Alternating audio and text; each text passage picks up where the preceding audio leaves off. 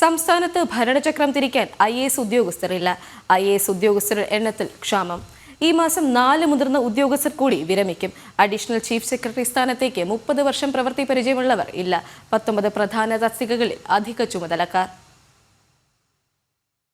Chief സെക്രട്ടറിയായിരുന്ന ശാരദാ മുരളീധരൻ ഉൾപ്പെടെ 2 പേർ ഈ മാസം 30-ാം തീയതി വിരമിക്കും. മാർച്ചിൽ 2 പേർ വിരമിച്ചു. ഇതോടെ 7 പ്രിൻസിപ്പൽ സെക്രട്ടറിമാരുടെ എണ്ണം വീണ്ടും കുറയും. സംസ്ഥാനത്തെ ഭരണചക്രം തിരിക്കാൻ 14 പ്രിൻസിപ്പൽ സെക്രട്ടറിമാരെങ്കിലും വേണം.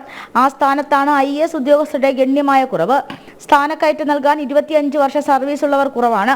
ധനവകുപ്പിൽ അഡീഷണൽ ചീഫ് സെക്രട്ടറി ആയിരുന്ന ജയതിലക് ചീഫ് സെക്രട്ടറി സ്ഥാനത്താകുന്നതോടെ അവിടെയും ഒഴിവുണ്ടാകും. പ്രിൻസിപ്പൽ സെക്രട്ടറിമാരുടെ അതിരൂക്ഷമായിട്ടുള്ള കുറവുണ്ടായിരുന്ന സമയത്താണ് കൃഷി വകുപ്പിലെ പ്രിൻസിപ്പൽ സെക്രട്ടറി B. അശോകിനെ തദ്ദേശ വകുപ്പ് പരിഷ്കരണ കമ്മീഷനിലേക്ക് മാറ്റിയത്. നിലവിൽ സംസ്ഥാനത്ത് ചീഫ് പ്രിൻസിപ്പൽ സെക്രട്ടറിമാർക്ക് 8 തസ്തികകളുണ്ട്. വിരമിച്ച ചീഫ് സെക്രട്ടറി B. വേണുവിന് പകരം ആർക്കും സ്ഥാനക്കയറ്റം നൽകിയിട്ടില്ല.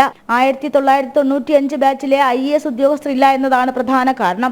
231 IAS തസ്തികകളിൽ 126 പേര് മാത്രമാണുള്ളത്. ഉന്നത ഉദ്യോഗസ്ഥർക്ക് 5ഉം 6ഉം വകുപ്പുകളുടെ ചുമതലയുണ്ട്. 126 പേരുണ്ടെങ്കിലും 33 പേരെ കേരളത്തിലില്ല.